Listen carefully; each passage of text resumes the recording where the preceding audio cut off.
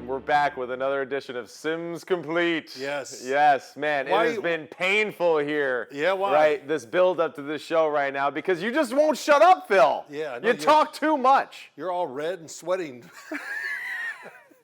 At least I have a little color in my skin. I mean, you were just so damn pale. Wow. It's unbelievable, you know? You're transparent, son. That's just not a... That's, sit in the sun for a minute. It's good for you. This is new day and age. You can't say that about me. Why not?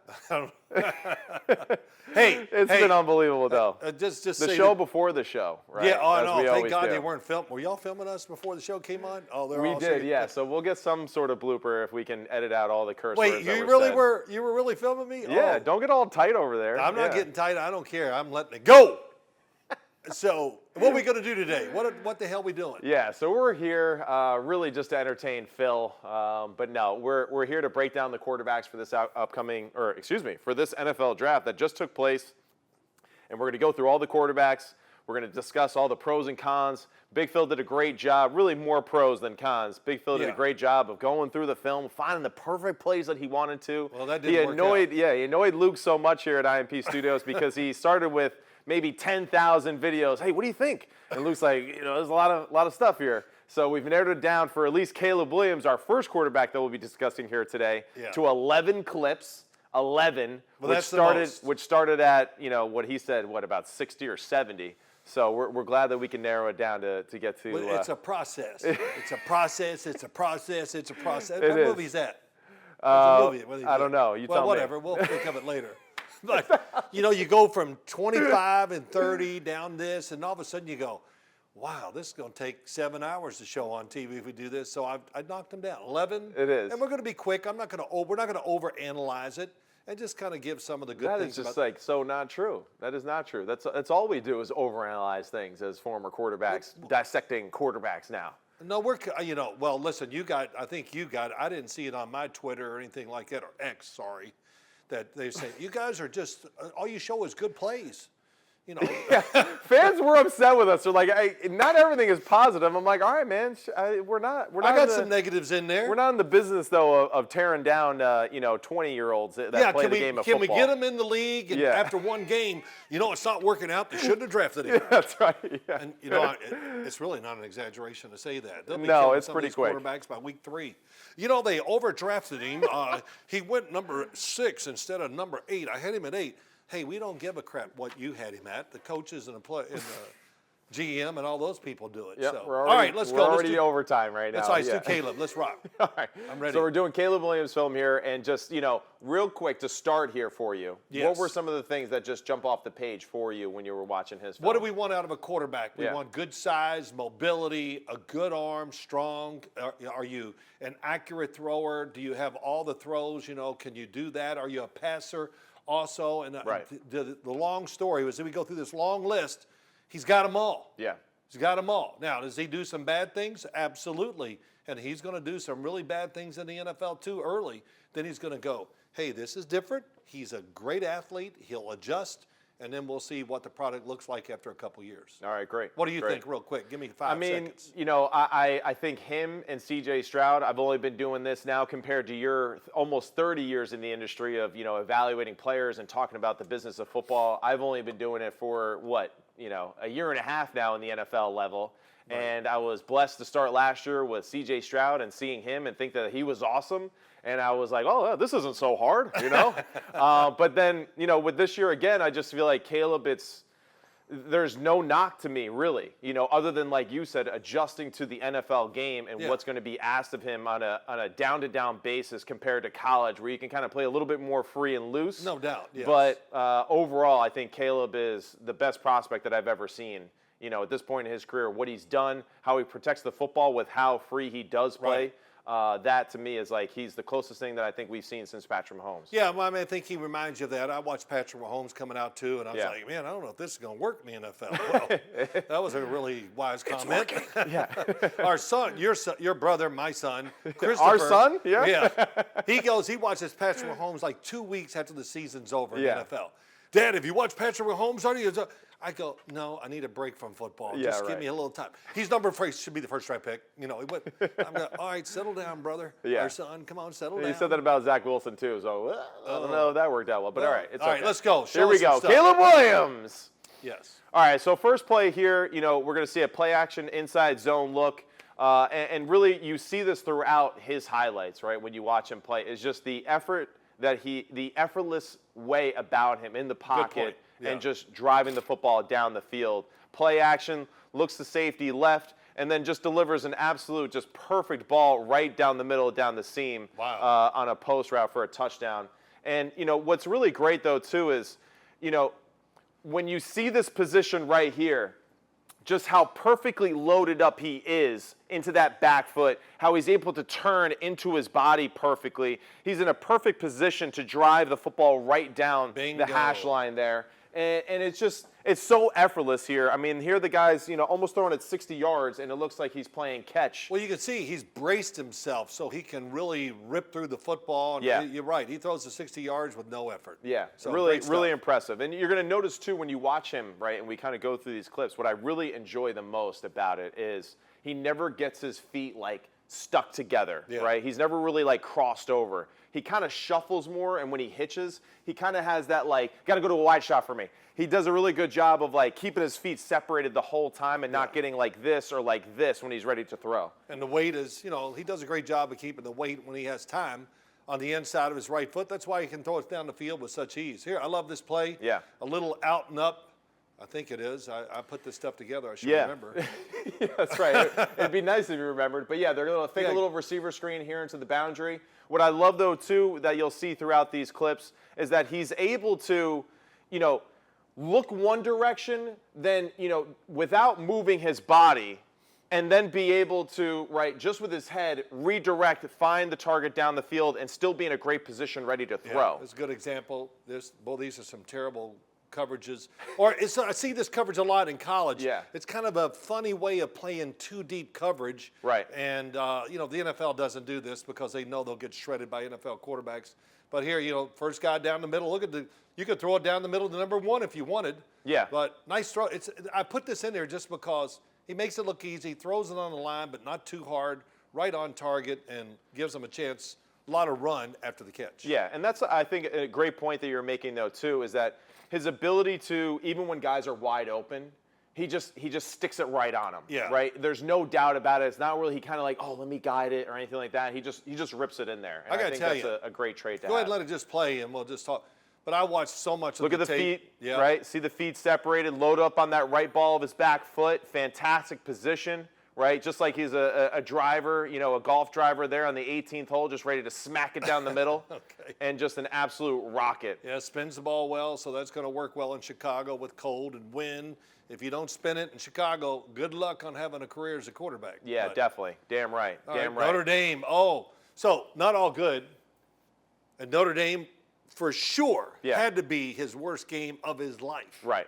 Not in high school or college. He never had a game like this. Right. And, which is good because now he knows, okay, I got to pull back, whatever. It's a great learning experience to have some of these bad games. Yeah. And it was bad. So. Well, it is. I think it's very true in football, right, is that sometimes your greatest losses and the biggest struggles that you have as an individual or as a team are really the greatest learning lessons, too, for you, because it's hard to say, well, we won by 40. Let's really dissect what we didn't do well, you know? So, hey, he struggled in this game. I'm sure he learned a lot from that. I'm sure USC themselves learned a lot from this, and it's good for him because, hey, there's going to be a lot of games in the NFL where it's going to be 3.5, 4, majority of the game where you're struggling. Yeah.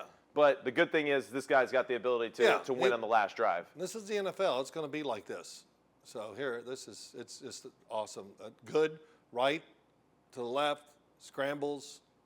And I think his running, he's very mobile in the pocket, but he can gain some big yards down the field. Now, explain to everyone, though, at home kind of what you love about him in this regard, though, too, with the fact that, when he moves, a lot of the time he has one hand on the football, right? And why are you a big fan of that?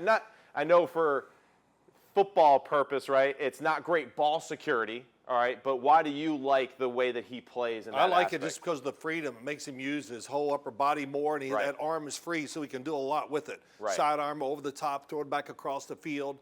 And, I would have never thought that because we do a lot of teaching to quarterbacks, and we're like, keep two hands on and move your body. But, I might have to start teaching this a little. Just put one hand on it. It just gives you more freedom with your upper body and especially your arm. And I don't know if I got him in these plays. I hope I do. Yeah. But he's very, very good at throwing with one hand on the football. Yeah, I mean, this is something that the one-hand stuff is definitely something that I teach a lot with my students is just dropping back, moving, and being free. And really what it also kind of teaches young quarterbacks, too, that aren't maybe as talented as Caleb Williams yet in their career, but it kind of teaches you how to keep your arm a little bit more connected to your body. Good point. Right? And you don't get just so free and loose with it because you already kind of are handicapping yourself a little bit, Right. Now added with the talent of Caleb Williams and, things change real quick. But here's the freedom that he has, his athleticism, is able to accelerate down the sideline. And these are things that, to me, are what are really going to be the difference, right? What makes Patrick Mahomes amazing is not the fact that he has the throwing ability, but, hey, in the Super Bowl this last year, what did we say? The three biggest plays by the Chiefs, one of them was the punt on special teams, and then the other two were his scrambles for big plays. No doubt. Yeah. So this is really good. He's going to do this in the NFL, and he's going to have to judge. But I like what he is. He's in great position. He's just trying to find. He wants to throw it first. He runs second, throw first. And I think a lot of people think it's the other way around. It's every play he's freelancing. Listen, they didn't protect well. The receiving group is very average for pro or for college football. Damn. And it's all, sorry. But that's just the truth. So go ahead. Well, there's that guy that says we don't say anything negative about anybody, all right? Yeah. Well, go ahead. Let's see what we got. Oh, here, Notre Dame pressured, trying to make a play. And, boy, this is a great example of what you will not get away with in the NFL. Looking down the field. Go ahead. Let it go, Matt. Sudden movement up, right? Just not really seeing the field very well. Throws the interception. And this is kind of where everything kind of started to fall apart for, USC in this football game. Oh, yeah. And just sudden pressure off the edge. He moves up violently. He doesn't keep his eyes on the defender that's playing over the top, right, and just throws into traffic. So, hey, this guy isn't perfect, and, like you said, he's going to make mistakes in the NFL, but we're going to see a few other plays, though, here where he just, That's another bad one. Big Phil harping on the bad ones with the best quarterback in the draft this year. Yeah. So hey, look, moving left, trying to throw across his body, and Notre Dame, here's a little that's a blitz, whatever. Notre Dame pressured them and was all over these receivers all game. And that's the other thing. Just let it keep going. Is that you got to understand the situation, the environment you're in, and change the way you play. I mean, damn, all Notre Dame clips here, Phil. Well, the bad ones. Do you like Caleb or what? Well, this one I was going to, but look, he finally survived late in the game, got away from the pressure, and got a touchdown pass. But just shows you even in tough situations he can get it done. But go ahead, let it go. Yeah, it does. And it just, you're going to see here, too, that looks right, looks left. Then he kind of feels the rush, is able to kind of keep his wits about him. The movement, the change of direction is just spot on. And then there's a great example, too, of just the ability to kind of flick the ball with his hands so effortlessly. This is just – look at the receivers. They are – what do you want to say? Wrapped? they are. There's no separation. Yeah. So it's good. Like I said, it's almost – you said it and I said it, good learning experience. Now against Washington, this was an unbelievable game of quarterback play. Yeah. On between both sides. Him and Michael Penix. But how about that play, escaping? See, these are the things that just I don't care what you say, just you can't coach stuff like this too, and his ability to improvise and still stay a passer despite all of that. Go back, man. Just run it back a little. We don't have to overdo it, but as you watch this play. Let's watch it from here. This is the one-handed throw, which when I've seen him do it, he makes a lot of good throws. Let's see if there we go. Now he's free. Frees up his upper body. Good turn. As he steps with his right foot, right? Wow. As he does that crossover step, he turns his upper body back, right? He's creating great opposites from the upper body from the lower body, despite the fact that he is running to his left to the sideline. That creation of opposites is creating tremendous pressure in his body, right? And then he's able to just throw an absolute missile on the run to his left. Quick quiz for everybody. I hear it all the time. Yes, Phil? Quarterback running left. Oh, that's unbelievable. He ran to his left and made a throw on the run. So what's the quiz? Well, is it easier to the right or to the left as a quarterback? For the majority of the students that we teach, it is to the left. It's always to the left. It's always easier to the Going left. left is so much easier. And everybody, oh, he did this going to his left. Well, it's not always true. It's, for almost all of them, they learn to throw it left better than they do. The right can be hard at times. Yeah. But go ahead. Let's keep rocking through this. All right, here we go. Let's keep rocking. Steps up. Man, these are things that I really am impressed with, too, with him when he's playing, right, is just the quick, sudden movements in the pocket, right, which I think will serve him extremely well. The reason why I like Michael Penix so much, too, is just like those quick drives up into the pocket. The whole time that he's moving up, too, he's in a great position to throw the whole time. Yeah, what were you gonna say, run this back to start real quick. Okay. I'll just make a quick point, I think. I got to see it all the way up. Yeah, so, keep going back. Can you do it? Yep. Hey, so he thinks he's going to have an easy throw to the sideline, Yeah. to the outcut. Right. And just let it go. But the coverage, the inside defender, I saw this a lot in college football. He gets out there so fast, and they're trying to play a different coverage, but once again, down the middle of the field could be wide open. Yeah. But he gets off of the outcut, which he thinks he's going to have, and steps up in the pocket and hits the receiver down the middle, who drops a pass. So, all right. Of all the plays this kid made in college. Why I like seeing this, and there's another good throw, but why this just shows you he gets off of one guy and finds the next. Yeah. Which is really, that's what the NFL is about. How fast can you go 1, 2, and get rid of it? Oh, there we go. Well, there's where that one-handed thought, it's only good when you're throwing, Caleb, not when you're standing in the pocket and moving. He's moving. Yeah. And Washington, gets a little pressure and they cause a fumble. Yeah, and this is an example, too, of what you're discussing, too, as far as the position and what's being asked at the NFL level is that, all right, easy completion, right? Throw it right here, right? Yeah. To number 16, in the slot. Plays over, move on, done, right? Yeah. Or even take the little hitch route here in the slot, the little stick route right in the middle of the field. Move on, plays over, you know? And this is something that I think just situational football and playing in the NFL game, you got to make those quick, decisive decisions and some of these plays and understand that, this play isn't designed for it to be this home run hitter type of play. No. It's just to be an easy completion to get you in rhythm and for us to make something happen and create a drive here. And, tries to make something out of nothing, and that's where he gets led into a little tough situation here and causes a turnover. All right. Hey, boy, I didn't know I put so many negative plays in there for him. So. Yeah, I know. What the hell, man? It's I mean, all right. the last time I let you do this. Yeah, no, it's good. It's good. Again, one step, finding the space in the pocket, really You can tell good job. he's a Bill Parcells type of quarterback here. It's good. It's good. We're going to learn from your misery. Hey, Sims, the game is not about perfection. Okay, nice. Step up in the pocket, really good. Yeah. Nice and loose, good throw. And this is, again, just another example of just the movement, the athleticism, right? How he's able to redirect quickly, stay in a great throwing position the entire time, and still throw it powerfully and accurately down the field. All right, that was nice. Let's see what we got.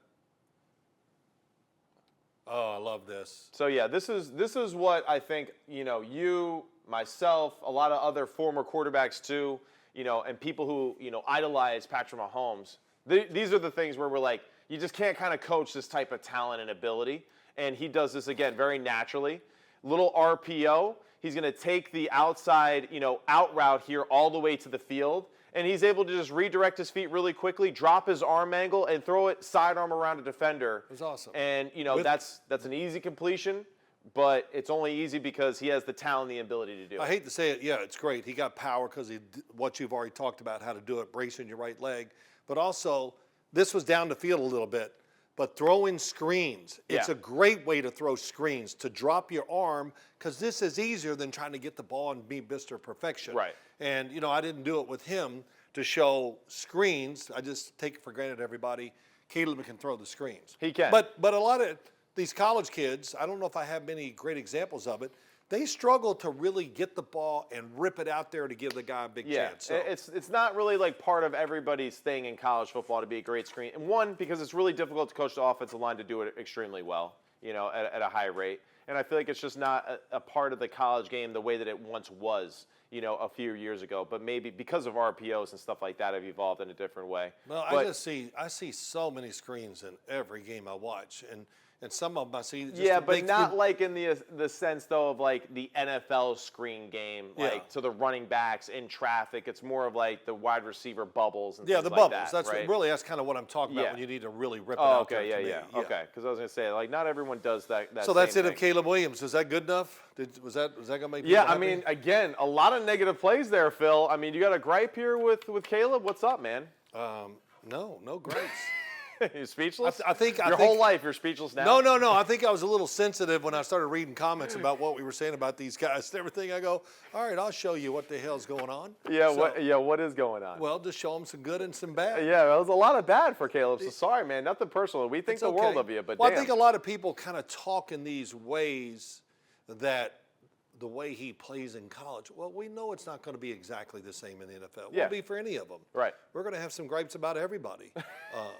But, because that's what it is. Yeah. And all teams, what do you think they do? Right. Most teams go, all right, he's good. Let's see what the hell's bad. Because what do we got here? Yeah, So that's it. So, I hear you. Caleb Williams deserved to be the #1 pick in the draft. No doubt. Can't wait to see him play with Chicago Bears. Yeah, for sure. And I think his talent translates extremely well to Chicago. His skill set, his movement, his ability to throw right accurately down the football field, his power and arm talent, Got it the all. multiple arm angles. You just, again, those things are natural. Hard to coach them, especially at this point in his career. He's displayed multiple times throughout his career in high school and in college that he could do those things very easily. So, All right. Caleb Williams, #1 pick to Chicago, in good hands. And, yeah, not to mention, they got Rome Odunze. And I'm just telling you, that matchup's going to be awesome because I thought Rome Odunze was phenomenal this past They year. got a lot of good stuff going for him, that's Yeah. for sure. Yeah, All definitely. right, well, who's next? That's all we got for right now, and then we're going to come back here with Jaden Daniels from LSU. So we'll be right back.